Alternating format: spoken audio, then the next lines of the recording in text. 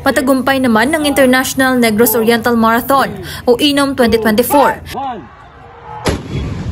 Yan ang hudyat ng pagbubukas ng Buglasan 2024, ang taunang pagdiriwang ng probinsya ng Negros Oriental.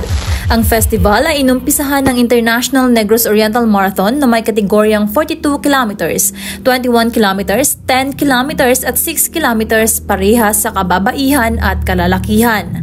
Sa talumpati ni Governor Sagabarya ay pinasalamatan niya ang mga organizers at iba pang naging instrumento sa pagsagawa ng patimpalak.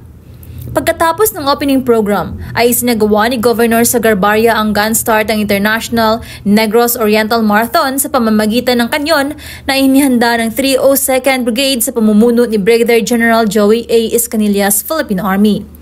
Kamakailan ay nagpulong ang mga liderato ng kasundaluhan, Coast Guards at kapulisan sa Camp Leon Kilat upang masigurado ang mapayapa at maayos na pagdiriwang ng Buglasan 2024. Naggaganapan ng iba't ibang kanakalinyang aktibidades at patimpalak na sasalihan ng lahat ng munisipalidad sa probensya ng Negros Oriental. Inaasahan ang pagdagsa ng mga turista, kaya naman mas naging mahigpit ang seguridad.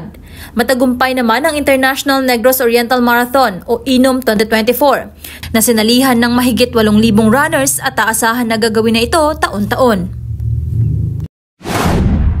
Mula dito sa Kapitolyo ng Dumaguete City, Negros Oriental, ako si Joy Sanchez, padayon nga maghahatod sa kamatuoran ngadto sa Kalinaw.